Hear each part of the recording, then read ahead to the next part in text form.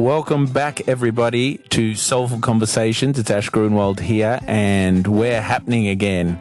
I had a couple of months off while I've been just touring the country like a maniac, launching Surf by Day, Jam by Night, my first book, and also my album Mojo. And it's just been so rewarding to be out there and meeting so many people who've been tuning into the podcast. I know that it does mean a lot to a lot of people. It means that the world to me doing this podcast. Some of the conversations that we've had have just been amazing. So if this happens to be your first one, we've got about 6 other episodes. So jump in there and do the deep dive and snaffle them up, because there's a lot of wisdom in there. Anyway, I know you're going to enjoy this podcast with my good friend, Mr. Bobby Arlou, who is currently touring his album Flow, and he's touring the country, and we just had the best of chats, as we always do. So without further ado, Mr. Bobby Arlou. Welcome to Soulful Conversations with Ash Grunwald.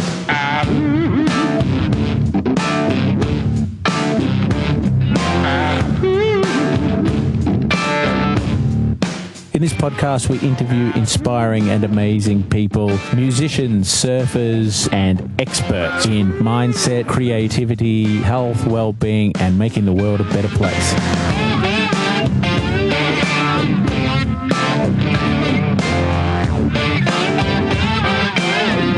I'm tired of beating around the bush. I want to go deep and have a soulful conversation.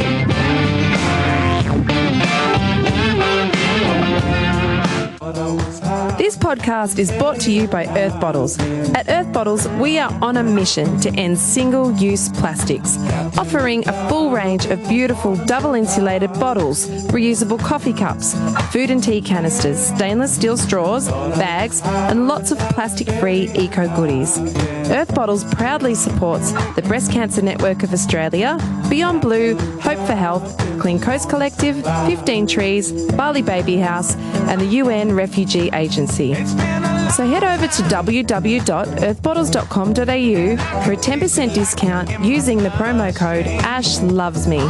Together we can make a change and break up with single-use plastics.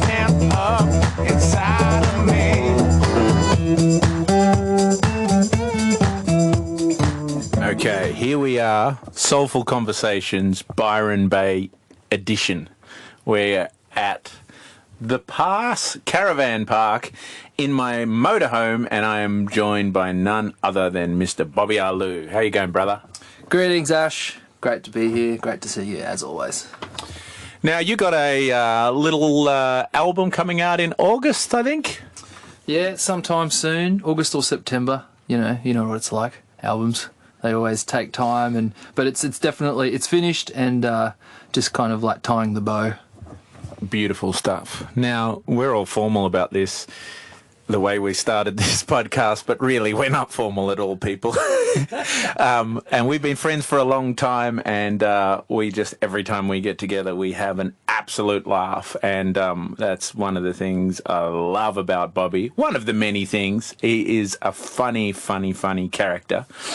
And I guess we got to know each other a lot better when we did a tour together around America with Xavier Rudd. I was doing the supports, and Bobby was actually playing drums, because that's another string to this character's many bows. I don't know how those work, but the guy's also one of the best drummers around. What can we say about that bloody tour? We had a ball, that's one thing. Yeah, that was great. US is a huge place, so being stuck on a bus with Rudd and you and Uncle Tio for, I think it was about a month, or maybe more, just kind of sailing around, was a good time. A lot of great adventures, too many laughs, and now just awesome epic memories. And we could delve into a couple of those. I mean, yeah, there were some really extreme ones. We certainly did have a good time.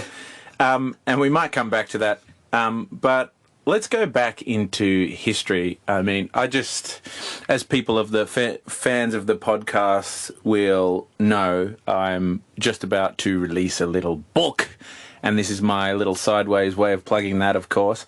But going through Jack Johnson, Pete Murray, Dave Rastovich, many of these successful people, they actually had a sporting career before their music career, and I'm like, wow, it's just so staggering. I mean, I grew up doing a lot of sports and taking it seriously too.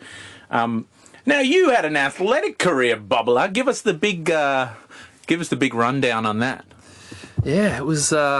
It's strange to think about that because it feels so far away, so long ago.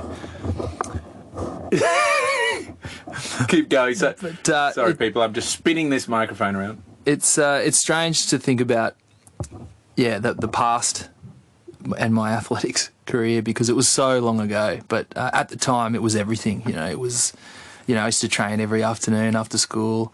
But basically, I did athletics. I was a sprinter. I did hurdles as well and long jump, and I basically did it all through high school. And I think I broke heaps of records, and it was just wow. I don't know. It's weird talking about it because it seems so long ago, but it was a good time. Like I remember when I one of the big things for me was breaking 11 seconds in the 100. I did it when I was 15, and wow. I did a lot of hurdles. I represented Australia and Queensland, and it was definitely a big part of my life.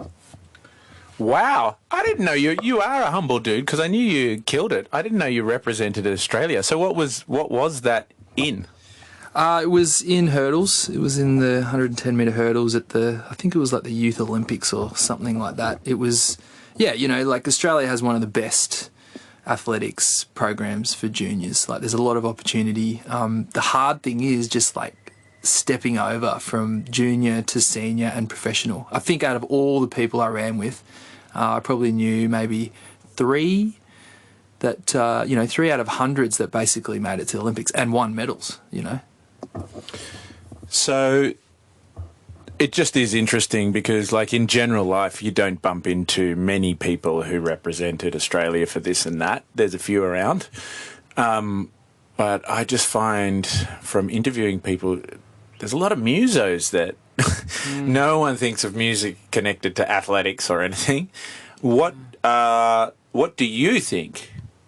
And I'm thinking I'm leading you down a path here maybe, but like I think there's some psychological attributes that sports people have that get to a high level. I mean, is there anything that you think you took when you left that you took into your music? Yeah, that's a good point, Ash. I think I did, even though sport and music are, one would say they're pretty unrelated. Actually, they are quite similar in the focus and the routines that you have to go through.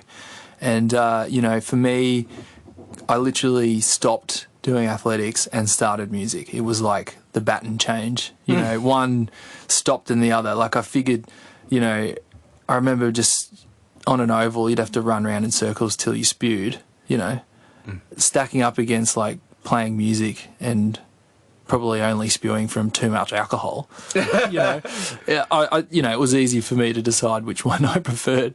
And, but just automatically changing careers as such, I already kind of had that focus and drive to just to practice or just to play heaps of gigs. And, it's grueling on the road. Like that tour that we went on in the US, you play every night. You wake up in a new city, you kind of have a look around, might go for a run or something, then you do sound check, then you have dinner, then you do the show, then you go to sleep, and then you wake up, repeat, next city. It is kind of like day in, day out. So yeah, I guess going from sport to music is, that seemed pretty easy. Yeah, I think if there's any talent that people who come from an athletic career have, it's focus. And it's funny on this podcast interviewing people, I think all of the people I've interviewed this would work for, but I see it in, it's funny how I started the podcast with John Butler, who's very focused and wise. and then I went straight to Ziggy Alberts, who's killing it. And you know, it was.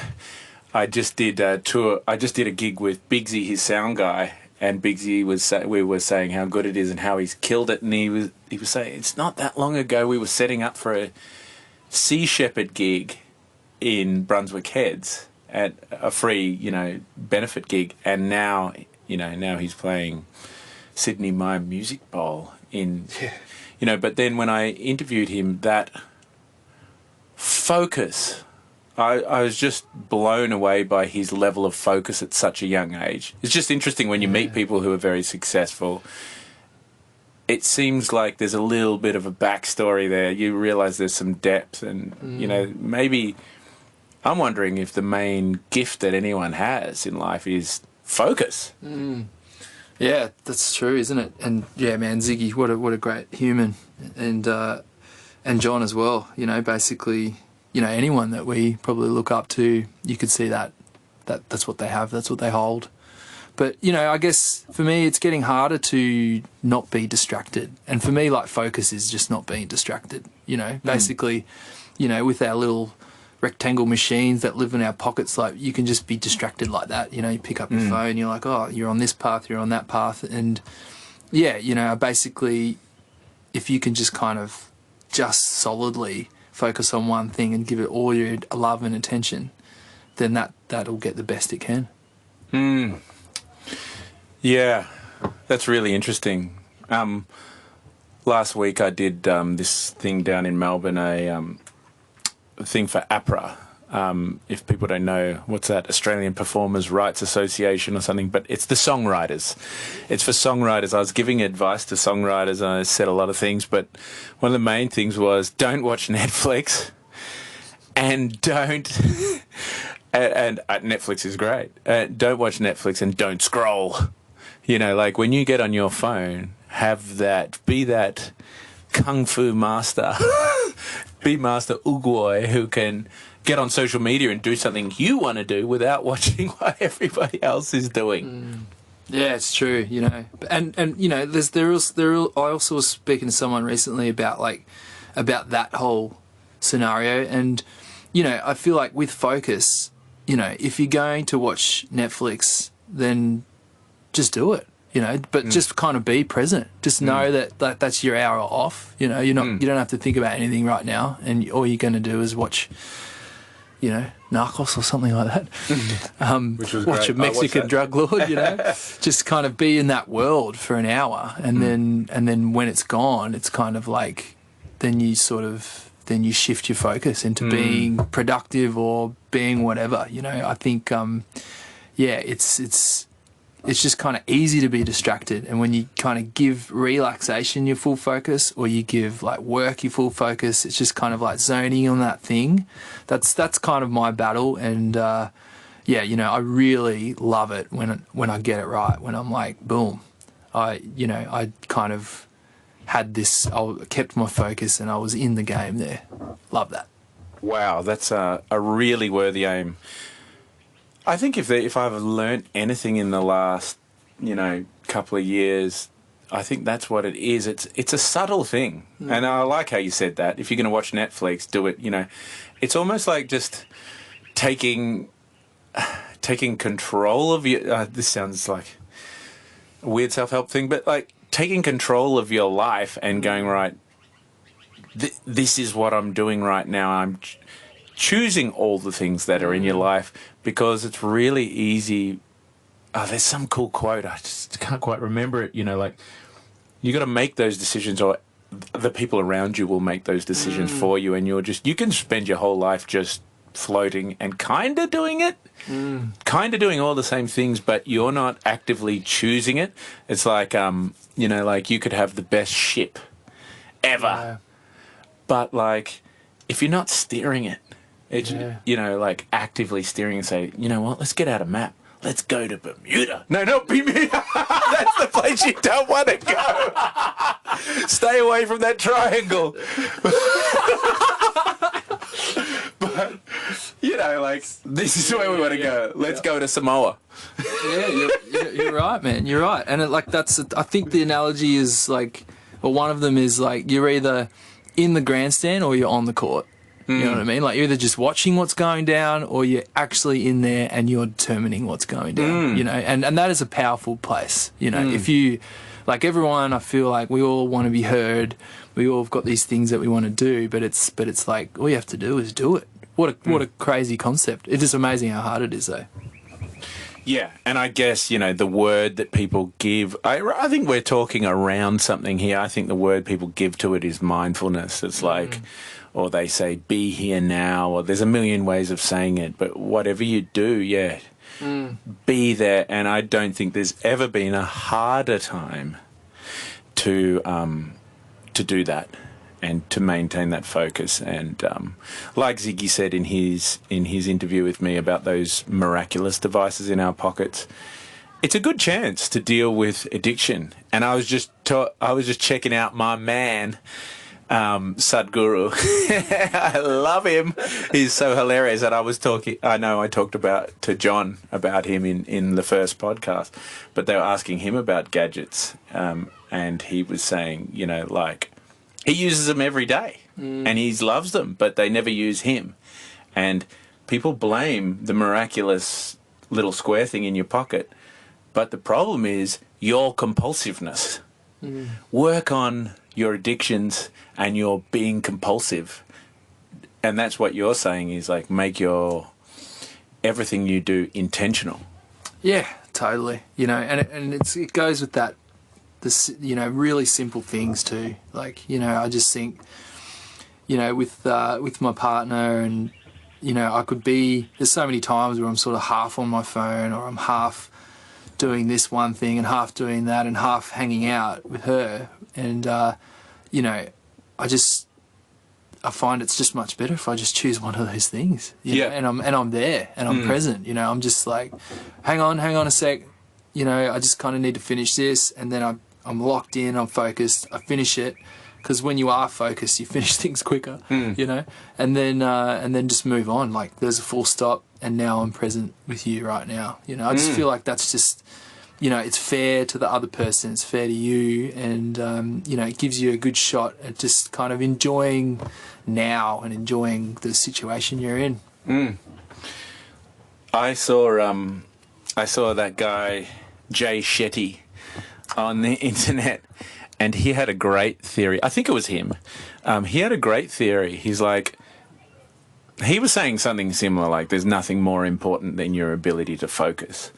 So you need to practice that every day. Anything you practice every day, you'll get good at, which I agree with. I wrote a song about that on my second album called Every Day.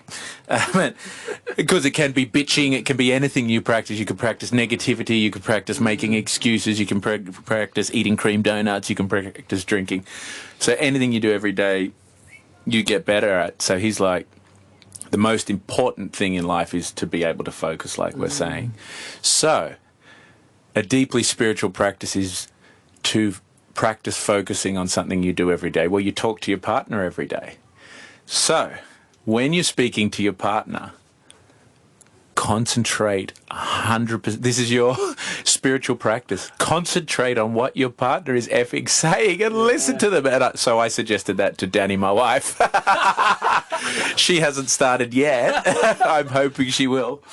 Everything's a work in progress. It is. But yeah, that's so true, isn't it? You know, it's like, yeah, far out. It's, you know, it basically, when you focus, I feel like you listen. You know, because it's like, and that's in music, you know, it's in music, the most important thing for me is listening. You know, it's kind of like, that's how you get great, is basically by being, you know, focused, present in the moment, and just like listening to everything that's coming in, all the information that's coming in, so you can supply information, i.e. music, drums, uke, singing, whatever it is, and you can be the best fit for that moment. And so the same's with combos, you know, it's like, you know, there's always those people in your life that just talk at you, and it's kind of like, it's just not that pleasant. You know, it's much better if you're kind of both present and listening to each other. You know, it's surprising how hard it is to get there, though. Yeah, it's a worthy aim. I think any thought process is like a sit-up or a push-up or something. You've got to build that muscle, and building that concentration muscle I think it's emerging, and it will continue to emerge as one of the most important things for our happiness on the inside and our success. So I remember you saying that in a big part of this new album that you're working on, or that I think it might have been even pre-production or coming into the album, is flow. So can you tell me a bit more what you meant by that? Sure. Well, I wrote a bunch of songs, over 3 or 4 years, and then I realised that they're all about the same thing. And basically what was on my mind is this kind of flow state, or just being in flow. And the kind of analogy that I sort of put to that is just when things feel good, when they're right. Like, I see, when you see like a bricklayer just kind of killing it, and you can just see them like in the zone, or like sports. Like I watched the last NBA season, and seeing some of those players when they're just in complete flow, like nothing can touch them, and you're just like, what is that? Dancers, surfers. Like I always find that with Dave Rustovich, like watching him surf is like watching someone in complete flow. It's beautiful to watch, and I see that with Harry Angus when he's playing music. He's a real flower, like that state inspires me, and like it reminds me, when I see someone in that state, it reminds me to find my flow. And so I wrote all these songs about when flow's bad, when it's good, and I really sort of tried to tune into that to dictate the path of my life and where I was kind of headed. Wow. So I gather that you wrote songs about that. If you're anything like me, you probably wrote those songs because you just can't help writing those songs because that's what you're thinking about. Is there a hope that people get something out of that? What's your hope for the people who listen to that? Yeah, it is. I think like it's funny. This I've always written music that's pretty light, and I like to be not so serious. We have a good time, but I guess this last record, it was pretty much a mental health record for me, basically. Right. It was just kind of going through these realizations, and a bit like your path, and I'm inspired by your journey. Especially the last few years, as we've gotten closer and hearing about, what you're up to. It's just kind of like, you really do have to, be present and be on the court in finding and being in charge of your life, because you are, And so, basically these songs are just kind of snapshots of times when, when I was realising the flow was real bad and I had to change it up, or when it's like just rocking and you're like, holy crap, I love this, I love my life right now, and it's not necessarily what everyone else thinks it should be, it's what I think it is. And it's just been the focus for me the last few years. Wow. Now I'm thinking about flow, I'm thinking about changing things up, and it's funny, years ago when I lived in Byron, there's a couple of good drummers, and some of the best drummers in Byron. I'm playing with one of them, Pete Wilkins. There's another two that I was always like, these guys are cats. And it was you, and it was Grant Garathy. And then you ended up playing with Rudd, and Grant ended up playing with John Butler, which was absolutely insane to see it go down. And then now you've both on very good terms with those guys, so this is not a gossip column here, but you've both chosen to leave that. And I just think, when there's a gig where you're touring the world, playing to gazillions of people, and it's just like high fives and, it's everybody killing it. The cork is flying out of the champagne after every gig. Literally. But you guys have chosen to leave that, and you're both happy. So can you tell us a bit more about that? Because, I know that can be... I've had a few things like that in my life, and it can be really hard to make those choices sometimes, but I think often you end up happy from them. Yeah, totally. It is, man. That was a really hard choice because, you know, the Xavier gig for me was insane. It was amazing. You know, like I literally met the guy at a Coliseum Gas charity event in Lismore, and there was probably like, you know, 50 people there. Like it was not very well organised and, you know, quite small. But basically we met, and then he literally was like, "Oh, good to meet you. Love how you play. Do you want to have a jam?" You know, so I went to his house in New Brighton, and we that little shack, and we had a 20-minute jam, and then he said, "Great, sounds great. Let's do a gig." And so then he's like, "I've got a gig next week. Do you want to play?" And I was like, "All right, cool." And then the gig was Blues Fest. So, you know, like I guess 10 years earlier, I went to my first Blues Fest as a punter, you know, and I think it was like, I don't know, early 20s. And actually, I don't even know, but I remember just thinking that's amazing, and I want to do that, you know. I'd love to play. I'd love to know what that feels like. And I remember in my head I was like, oh, I'd be really well rehearsed, and, you know, have like, everything will just be right. But basically a Rudd rocks up, and yeah, so we had this 20-minute rehearsal. It was an hour set, rocked up to the gig. And there I am with in-ears for the first time, side stage, you know, 10, 15,000 people, and then on stage doing an hour set after a 20-minute jam. And it was great. It went really well because then the next day he was like, "That was great, let's go to the US." So, and that started 5 years of an amazing friendship and epic gigs. And, you know, like, so to leave that was not, yeah, it was interesting. You know, I just sort of felt, yeah, it kind of ties in, like some of these songs that I wrote sort of touch on the feelings I had, and basically, yeah, I just kind of felt like I would be doing it for the wrong reasons, and I had this feeling that I wanted to be home more. I wanted to, you know, write my own songs a bit more and sort of follow that path, and my creativity was flowing there, but I had this like weird thing stopping me, you know, I don't know why, but it just felt like it was the wrong thing to do, to stay in this gig with Xav.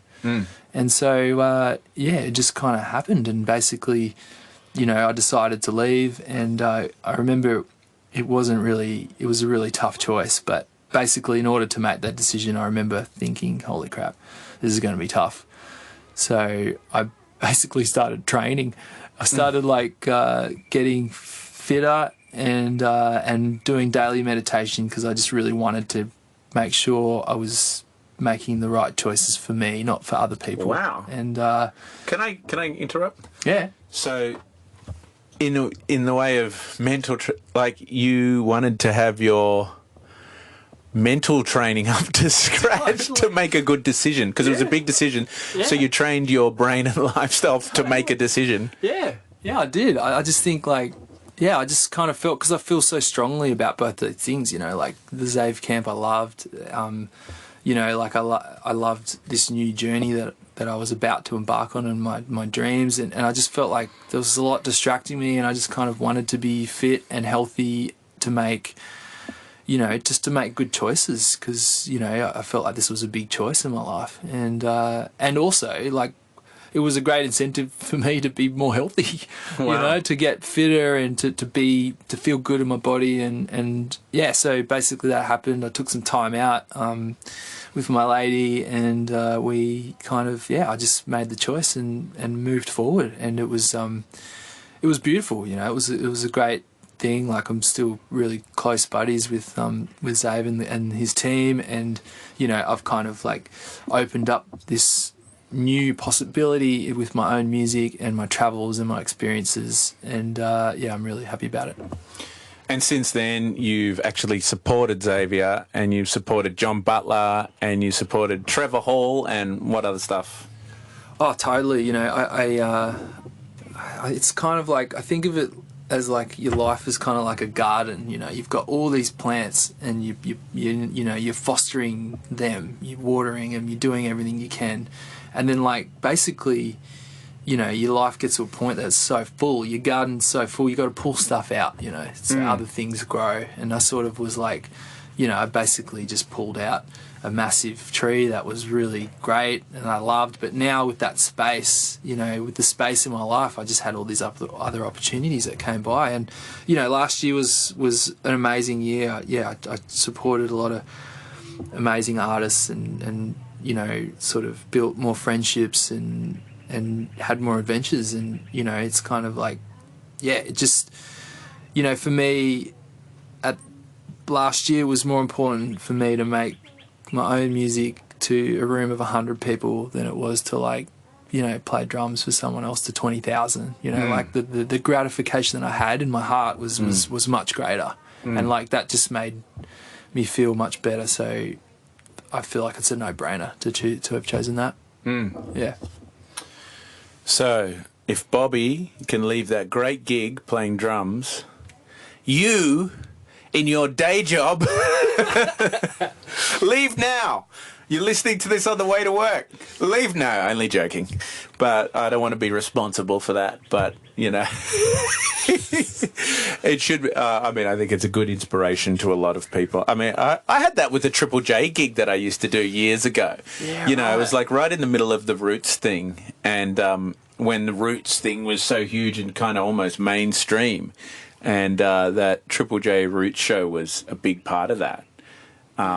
And for me, it was almost a hard ego thing of I don't really want to be doing this anymore. I love it, but it's too much work and it's too much like a day job. And but it took me a fair few months to actually to leave that, because it's your whole life all you ever dream about is you're living your dream when you're doing these certain things, and to walk away from a really good opportunity just feels counterintuitive sometimes. So it's a brave person who can do that. I think that's really cool. Yeah, I agree. Now, you're a bit of a bitzer like me. We're those little coloured guys. My dad's coloured South African. And where's your mum from? My mum's Samoan. So what effect does that, anyone who's seen your show might think this is a moot point, but it's a leading question, let's put it that way. So what influence has that had on your life and your music? Yeah, it's been huge. I think I think any kind of multi-race human has questions. Lots of them, and that for me, when I was growing up, early to late teens, I was kind of confused. Looking back, at the time, I kind of didn't realise what was going on. But basically, I'm neither Samoan nor Australian. I just had that trip. At times I really connected with the Samoan culture, and then other times, I knew that I just wasn't that at all. And it took me a long time to realise that I was both, and that they both have. Yeah, they are. I am that, and it's amazing to kind of be, comfortable in your skin and comfortable with your culture. And for me, my connection to Samoa is music.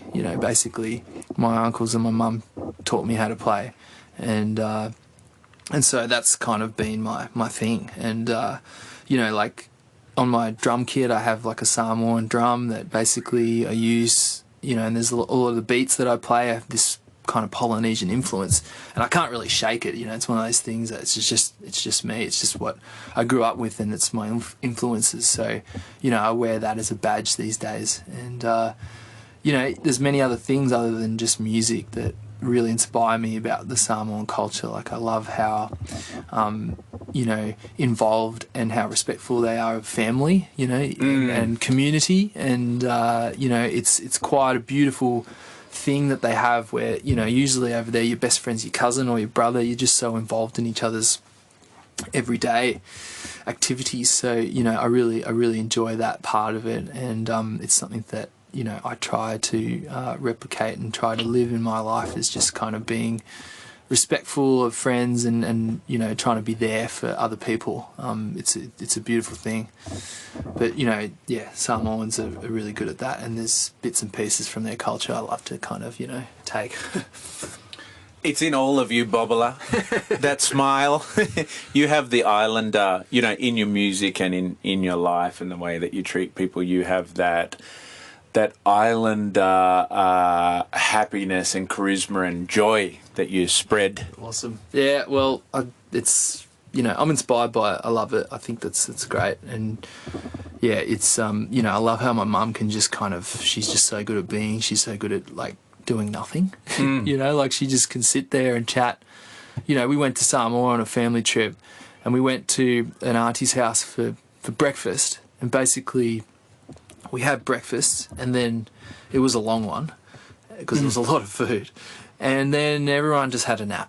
So there's 20 people and we all just had a nap, and then we woke up and then we just kind of sat there chatting, and basically that was pretty much the day events. Wow. Then we went home just before dark. So, it's just like a day like that is just, it's really beautiful. It's I feel like the Australian side of me is like, I feel guilty with that day because, I should be doing some work to get ahead or this and that. But, I think it is really important to do nothing and just be and then just let the day roll sometimes. And, that, my Samoan culture is a real reminder of that.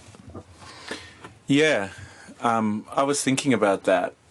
I mean, I've had 2 days where we Airbnb'd our place out and just parked our motorhome here. I'm just here with just the kids. Danny's working in Melbourne. And there's a lot of things I could have done, but I thought, I'm just going to let these kids just go and play on the beach, and I'm just going to sit there. And I just, I think of myself as cruisy, and I live, my life. I think I always do what I want to do, but really, I mean, how often do I just do nothing? It is really rare for anybody in Australia. I think it's rare anyway. Well, we've got that culture. Australian culture is like hard working, like we're reliable, and those words are great because it's it is true, and it is a great virtue to be, back to the focus thing, to be focused and be a good worker. But far out, you can be a reliable relaxer. And you can be, and everyone needs that. You need that time off. I sort of feel like lately, I've been that plate spinner.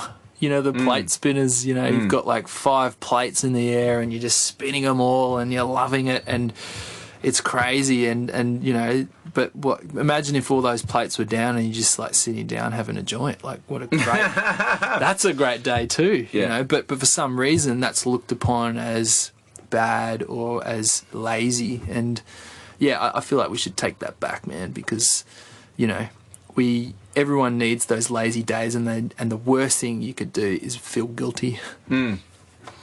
Yeah, I totally agree. There's a couple of things that brought up for me. One is, I don't know if anybody listening here hasn't travelled very much. You would be shocked. We think of ourselves as mellow here in Australia, and we're kind of casual in some ways, definitely. But one thing that shocked me from touring the world is I think we are about the hardest working people that I know.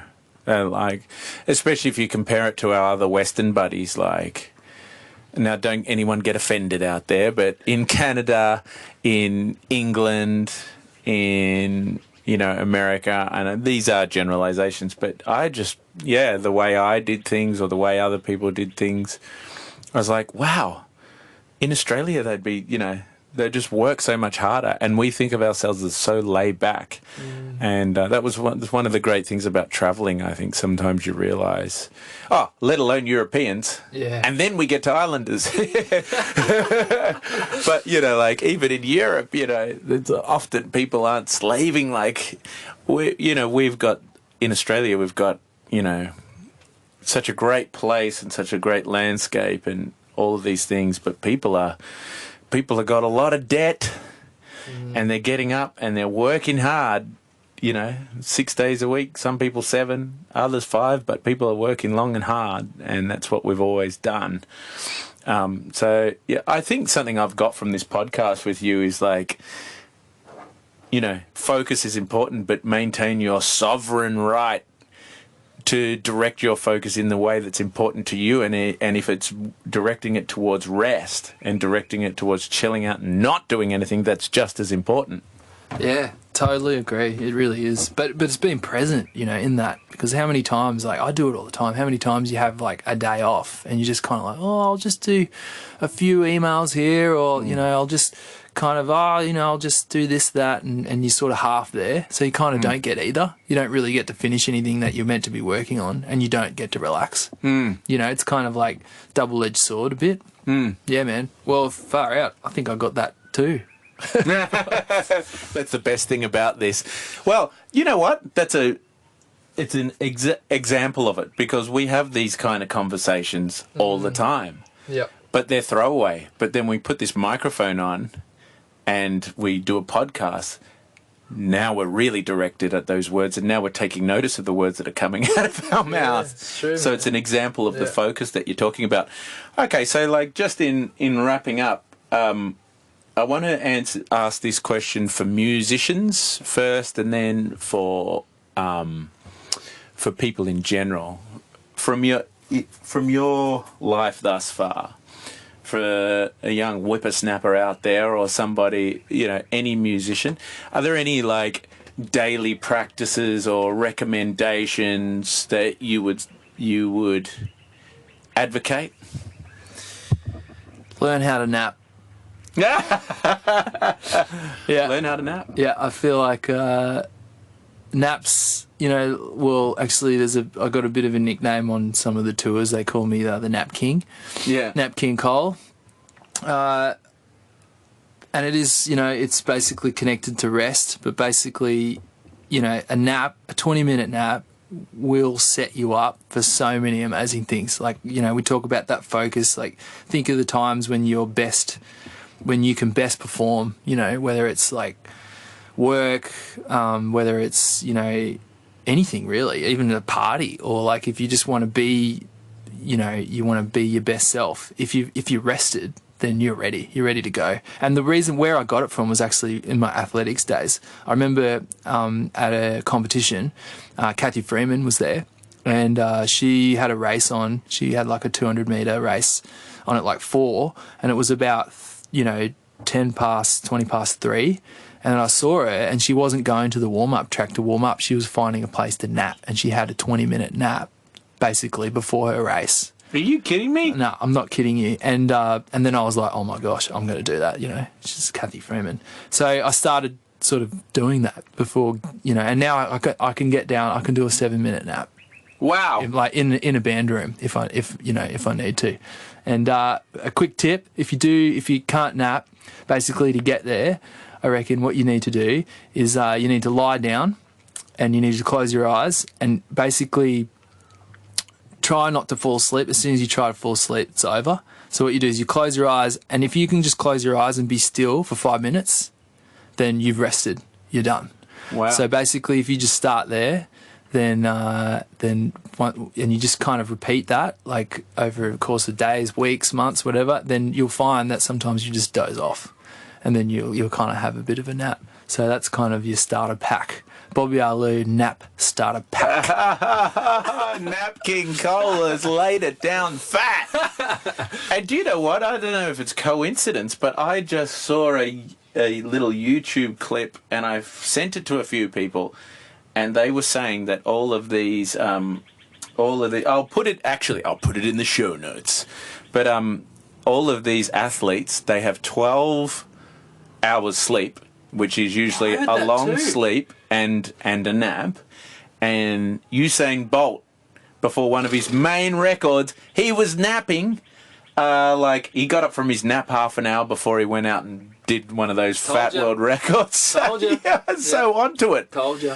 And I think, and they were saying, you've got all your biohacks and your nootropics and your this and your that, but napping is one of the biggest. Well, sleep in general, quality of sleep. And it's funny, some of the biohackers that I've checked out, they are like, one guy, he's the main one. He invented the keto diet, Dave Asprey. Yep. And he is rigorously monitoring his sleep, and he put more stem cells in. He set a world record for how many stem cells he filled his whole body with stem cells. Like, I guess he chucked a couple of mil worth of stem cells into his body, and he was like, my sleep stats are off the chart. But he's frothing on sleep, like it's like he just won the 100-meter. That he's like, I'm sleeping like a 20-year-old. And I'm like, really? You're boasting about sleeping?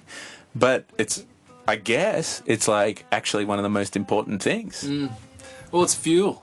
It literally is. It's kind of like, I'm into working smarter, and if you can be like efficient and work your butt off for like, X amount of hours and be present and be real, you'll get so much done. More done than underslept and like work the whole day.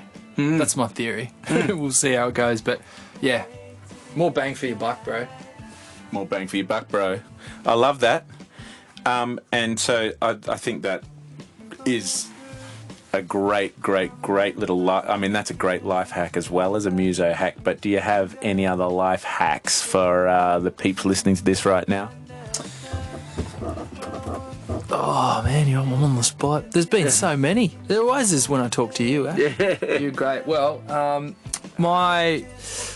only thing that's in my head right now would be to say thank you and be to the people that you are close to. So thanks, Ash, for starting this podcast and for being,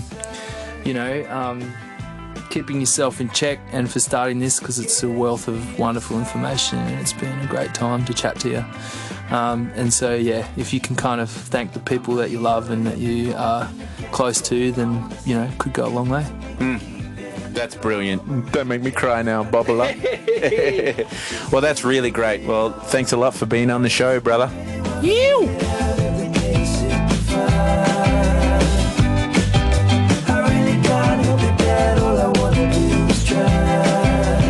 Get to the other side. To get to the other side. All I'm looking for is a way to the other side. A way to the other side.